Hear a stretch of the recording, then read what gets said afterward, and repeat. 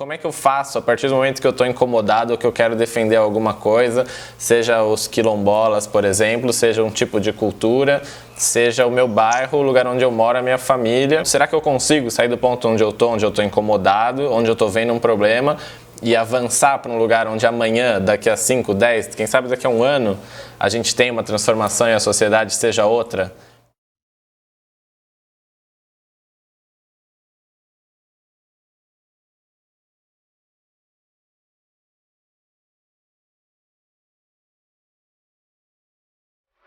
Eu queria primeiro dar uma passagem rápida sobre o porquê desse processo que a gente está conversando hoje, sobre modelos de organização e a não violência como uma ação política.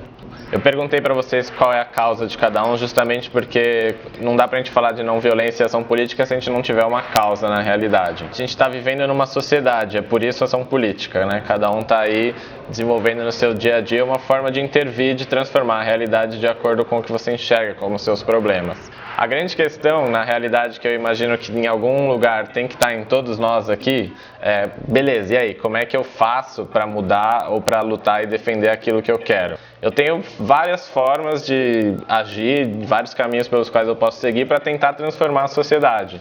Eu posso me juntar com as pessoas do meu entorno e fazer um barulho. Eu posso, não sei, tentar propor um projeto de lei. Eu posso fazer uma ação na rua, abrir um cartaz, eu posso ir na mídia, eu posso fazer várias coisas.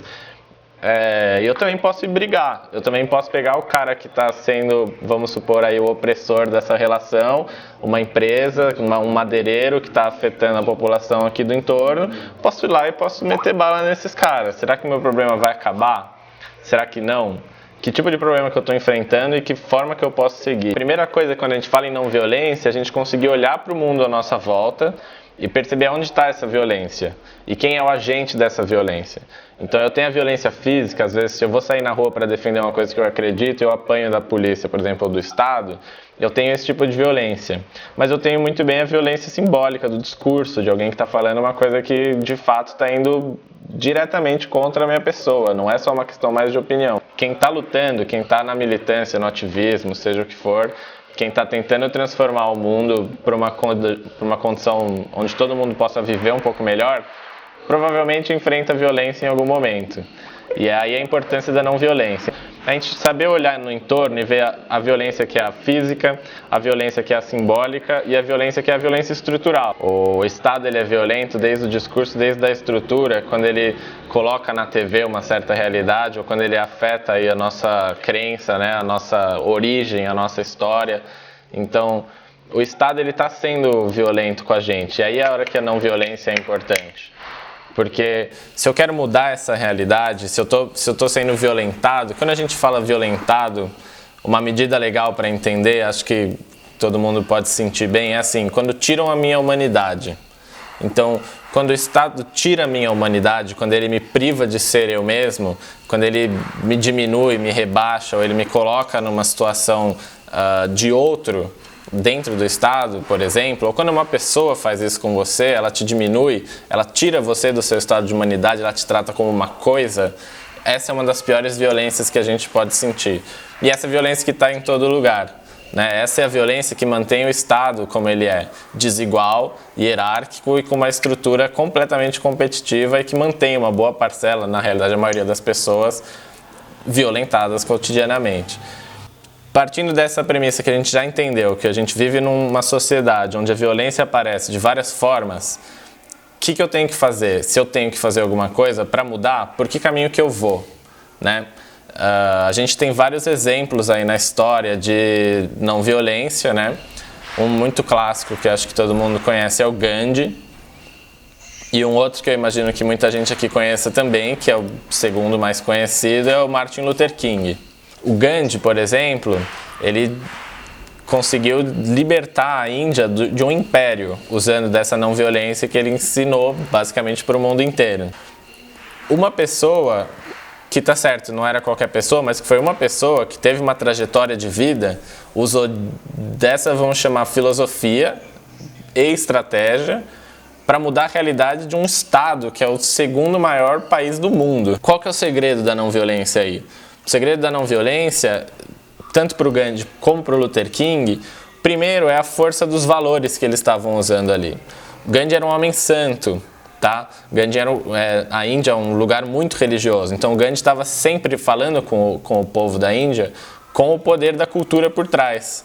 Então, para a gente que está falando aqui de africanidades, de cultura e de povos, essa é uma coisa muito importante. Tanto Gandhi quanto Luther King usaram muito o valor dos povos para movimentar essas pessoas.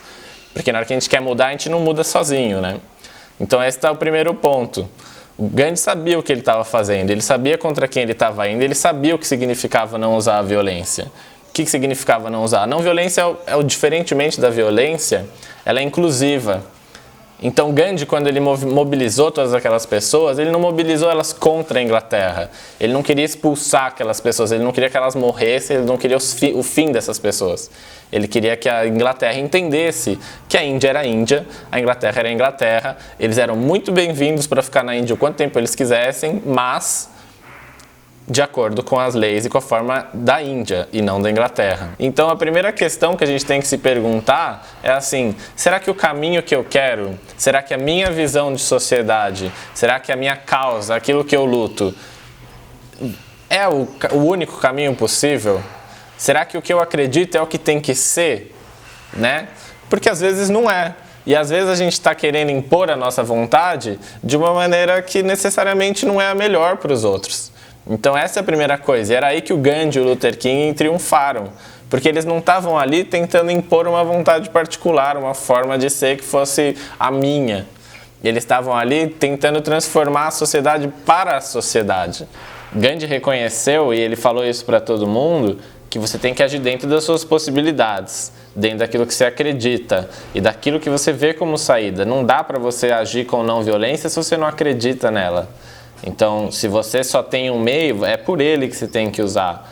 Agora, quando a gente está falando aí, por exemplo, em desconstruir, em buscar outras vias, né, em como fazer essa mudança, por que caminho seguir, uma dica que eu queria deixar para vocês é identificar uma coisa que a gente chama de oponente. Quem é meu oponente nesse problema? No machismo, no cara do ônibus, ou nessa história da colonização, na intolerância religiosa. Perceba que eu não estou falando inimigo, tá? Oponente. Qual é a força que está lá do outro lado? Vamos falar, por exemplo, aqui da intolerância religiosa e da movimentação no Congresso Nacional. Dá para ver no Congresso Nacional que existem pessoas que estão agindo contra a tolerância ou a pluralidade religiosa? Eu posso colocar essa pessoa como meu oponente e na hora que eu vou desenhar a minha ação, a minha intervenção, seja ela qual for, eu vou direcionar ela para algum lugar. Essa ação ela pode não ser uma arma de fogo, mas ela tem força. Se eu direcionar a minha ação, é o que você perguntou, eu estou incomodado, como é que eu faço? Para onde eu vou? Direciona essa ação para algum lugar. Na minha cidade tem um mega ícone da colonização, a minha cidade não merece ter aquilo ali. Então vamos fazer uma intervenção lá? Percebe? Eu vou desconstruir, mas eu vou desconstruir de maneira estratégica e objetiva. Eu vou desconstruir num lugar, vou desconstruir de um jeito, eu vou desconstruir de uma maneira que outras pessoas vejam e eu vou explicar para essas pessoas essa desconstrução. Não é uma questão trivial, é uma questão de você estar preparado para fazer e direcionar essa forma de ação. Então a não violência ela é uma coisa que você vai ter que... Não é da noite para o dia que você vai aprender como fazer, ou você vai gostar e você vai querer fazer. Muito pelo contrário, mas é uma coisa que vai te munir de outras ferramentas, né? De outras formas de lidar com os problemas e principalmente de uma outra ótica para esses problemas.